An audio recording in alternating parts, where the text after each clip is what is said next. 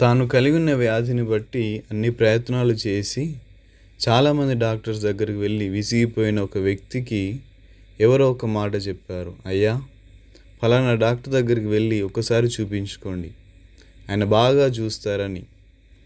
అప్పుడు ఆ వ్యక్తి వెళ్ళి చూపించుకుంటే నిజంగానే ఒక వారం రోజుల్లో తాను ఎంతో కాలంగా కలిగి ఉన్న రోగం నుంచి విడుదల పొందుకున్నాడు.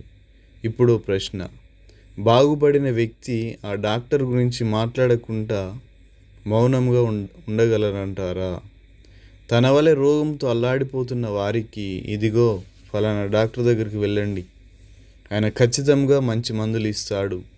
నాకు ఇదే రోగం చాలా సంవత్సరాలుగా ఉంది, కానీ నేను ఆయన దగ్గరికి వెళ్ళినప్పుడు అద్భుతమైన మందులు ఇచ్చాడు, ఒక వారం రోజుల్లో మొత్తం తగ్గిపోయిందని చెప్తాడు కదా. అంతెందుకు, మనలో చాలామందికి జుట్టు రాలిపోతుంటుంది.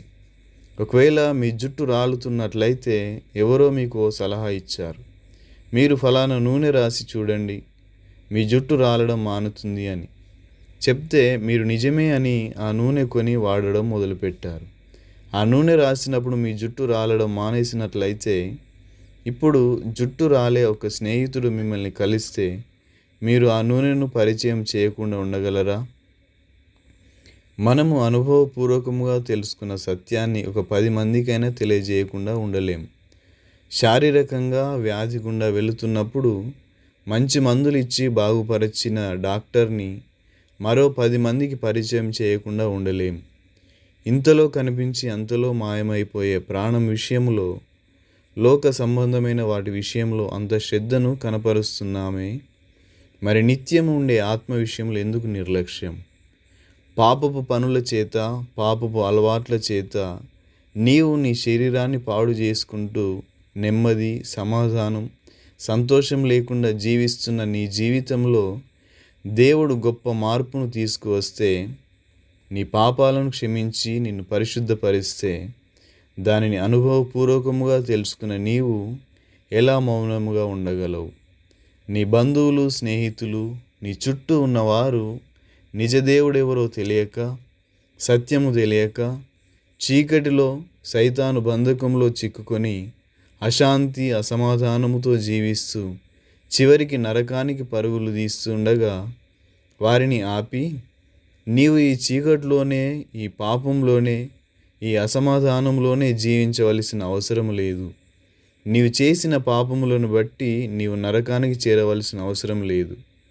2000 సంవత్సరముల క్రితము ప్రభువైన యేసు మన కోసం ఈ భూలోకానికి దిగివచ్చి మన పాపముల నిమిత్తము తన రక్తాన్ని, ప్రాణాన్ని ఇచ్చి మన శిక్ష అంతటిని తానే భరించాడు. తనను అంగీకరిస్తే చాలు, మన పాపములన్నిటినీ క్షమించి మనల్ని తన కుమారునిగా లేదా కుమార్తెగా చేసుకొని నిత్యము తనతో యుగయుగములు సంతోషముగా జీవించే భాగ్యాన్ని ఇస్తాడు అని రక్షించగలిగిన యేసు గురించి ఎందుకని ఓ 10 మందికైనా చెప్పలేకపోతున్నాం? ఈ విషయంలో ఎందుకని మౌనంగా ఉంటున్నాం? ఇది మనకు తగునా? నీ జుట్టు రాలిపోతున్నప్పుడు నీ వాడిన నూనె నీ జుట్టును రాలిపోకుండా చేస్తే ఆ నూనె గురించి చెప్పకుండా ఉండలేవే?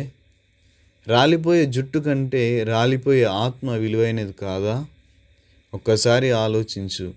నీతిమంతులు ఇచ్చు ఫలము జీవవృక్షము.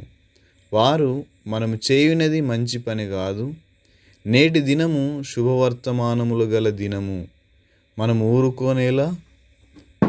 తెల్లవారు వరకు మనము ఇచ్చట నుండిన ఎడల ఏదైనా ఒక అపాయము మనకు సంభవించును గనుక మనము వెళ్ళి రాజు ఇంటి వారితో సంగతి తెలియజెప్పుదము రండని ఒకరితోనొకరు చెప్పుకొనిరి. Thank you. God bless you.